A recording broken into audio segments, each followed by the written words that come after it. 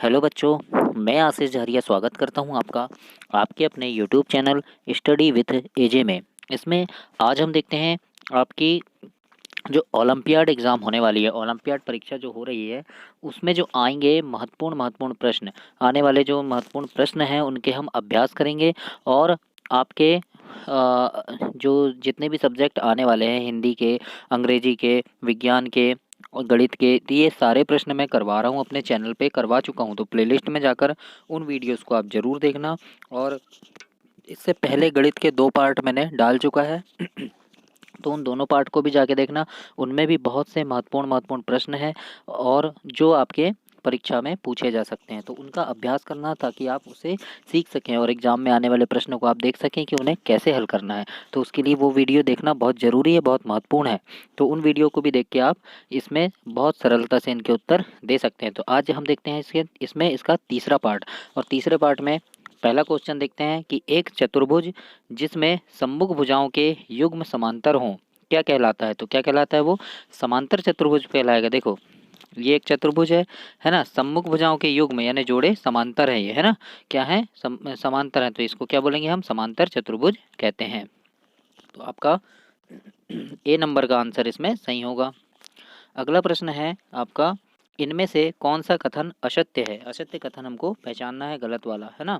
तो यहाँ पे लिखा है, देखो, प्रत्येक समांतर चतुर्भुज समलंब चतुर्भुज होता है, तो ये सही है, प्रत्येक समांतर चतुर्भुज समलंब होता है।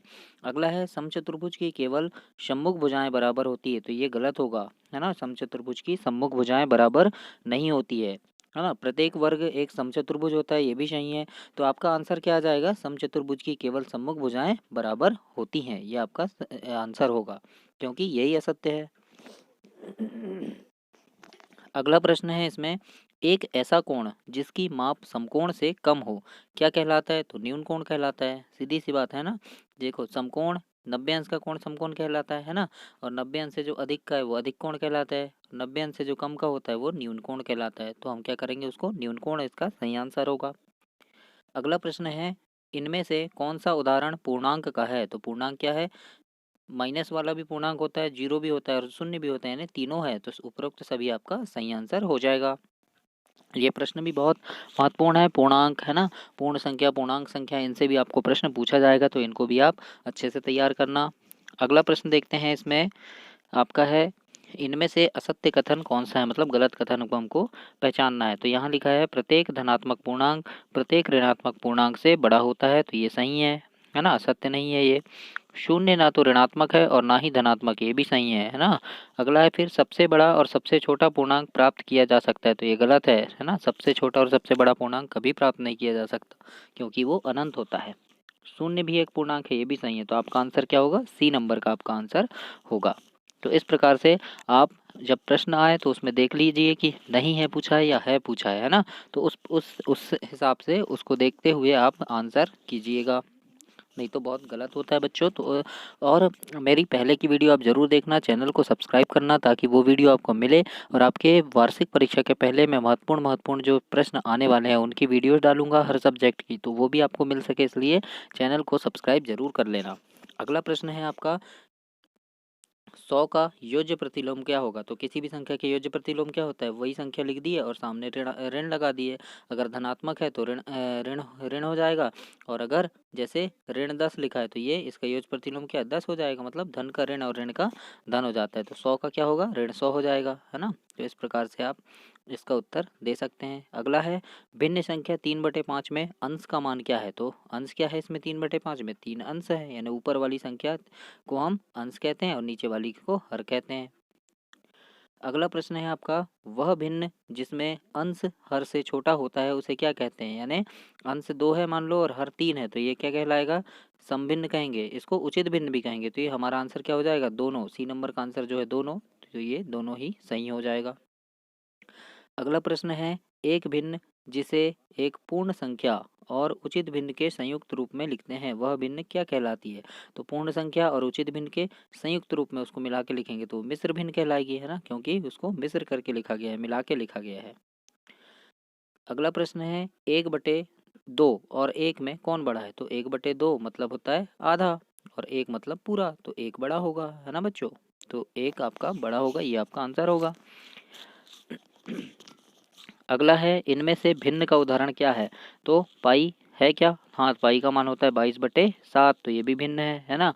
और 0.5, तो हाँ 0.5 को हम कैसे लिख सकते हैं? क्या लिख सकते हैं? 5/10 लिख सकते हैं, तो ये भी एक भिन्न बन गया। और 3/7 तो भिन्न है, तो उपरोक्त तो सभी हमारा सही आंसर होगा। अगला प्रश्न है 0.001 का मान क्या होगा? तो क्या होगा बच्चों? इसका मान होगा 1/1000। कैसे होगा? देखो 0.001 है, तो इसको हम जब बटे में बदलेंगे तो कैसा बदलेगा? दशमलव का, देखो दशमलव का 1 हो गया, दशमलव के बाद कितनी संख्या है? 3, तो ये 3 शून्य लग गया और ऊपर कितना है? सिर्फ 1 है, तो 1/1000 हो जाएगा आपका सही आंसर, सी नंबर का।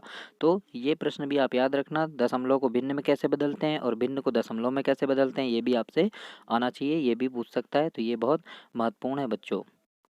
अगला देखते हैं। अगला है इनमें से असत्य कथन कौन सा है? तो पहला पूछा है दशमलव संख्याओं को संख्या रेखा पर नहीं दर्शाया जा सकता, तो हाँ यही सही है ना, कि दशमलव को संख्या रेखा पर नहीं दर्शाया जा सकता। आपका ए नंबर का आंसर ही असत्य हो जाएगा, बाकी सब सत्य है। अगला देखते हैं 3/2 का दशमलव रूप क्या होगा? तो जैसे 3/2 लिखा है, तो मतलब इसका दशमलव रूप क्या होगा? तो हम 3 में किसका भाग देंगे? 2 का, 2 का भाग जाएगा, 2 एकम 2, 1 बच गया, भाग नहीं जा रहा है, दशमलव लगाए, शून्य लगा दीजिए, है ना। 3 तो 2 पंचे 10, तो क्या हो जाएगा? 1.5, तो 1.5 आपका सही आंसर होगा। इस प्रकार से इसका आप दशमलव निकाल सकते हैं। अब अगला प्रश्न पूछा है 108.56 को अंकों में कैसे लिखेंगे? तो ये लिखा है 108.56, इस प्रकार से लिखेंगे, तो सी नंबर का ऑप्शन आपका सही आंसर होगा। अगला प्रश्न है आपका 0.007 धन 8.5 धन 30.08 बराबर क्या होगा? यानी जोड़ना है हमको, तो देखो क्या है? 0.007 है ना, यानी जितनी भी संख्या में दशमलव है, दशमलव को दशमलव के नीचे रखो, दशमलव पहले क्या है? 8 है ना, उसके बाद क्या है? 5 है, फिर के दशमलव पहले कितना है? 30 है, 0.08, इसको हमको जोड़ना है, तो कितना आएगा? 7 के नीचे कुछ नहीं है, तो 7 आएगा। फिर क्या आ जाएगा वहाँ? 8 आ जाएगा, है ना, शून्य और 8 को जोड़ेंगे तो 8 आ जाएगा। फिर 0, 5 और शून्य को जोड़ेंगे तो 0 आ जाएगा। फिर क्या लगा दे, सॉरी 5 आ जाएगा, है ना। फिर दशमलव लगाओ, 0, 8 और शून्य को जोड़ेंगे तो 8 आएगा, और ये 3, यानी हमारा 38.587 ये आपका उत्तर होगा बच्चों। इस प्रकार से इसको जोड़ते हैं हम। अगला है आंकड़े कितने प्रकार के होते हैं? तो कितने प्रकार के होते हैं? 2 प्रकार के ही होते हैं आंकड़े, है ना, तो 2 प्रकार के लिख दिए हमने। अगला है आंकड़ों को चित्रों या वस्तुओं के भाग में निरूपित करते हैं, तो चित्रालेख कहते हैं उसको। क्या कहते हैं? चित्रालेख, यानी चित्रालेख जो आंकड़े होते हैं उनको चित्र या वस्तुओं के द्वारा हम निरूपित करते हैं या उनको लिख सकते हैं। अगला पूछा है इनमें से कौन सा कथन असत्य है, यानी गलत कथन बताना है? तो वर्ग का परिमाप 4 गुणित भुजा होता है, हाँ तो ये सही है ना। आयत का परिमाप लंबाई धन चौड़ाई होता है, नहीं, आयत का परिमाप होता है लंबाई गुणा चौड़ाई, है ना। ठीक है, 2 गुणा लंबाई धन चौड़ाई होता है। यहाँ क्या आ जाएगा? धन तो ठीक लगा है, लेकिन इसके पहले क्या आ जाएगा? 2 गुणा, है ना, 2 गुणा लंबाई धन चौड़ाई, तो ये आपका बी नंबर का ऑप्शन गलत होगा, बाकी सब आपके सही हैं। अब और इम्पोर्टेंट प्रश्न को हम देखेंगे।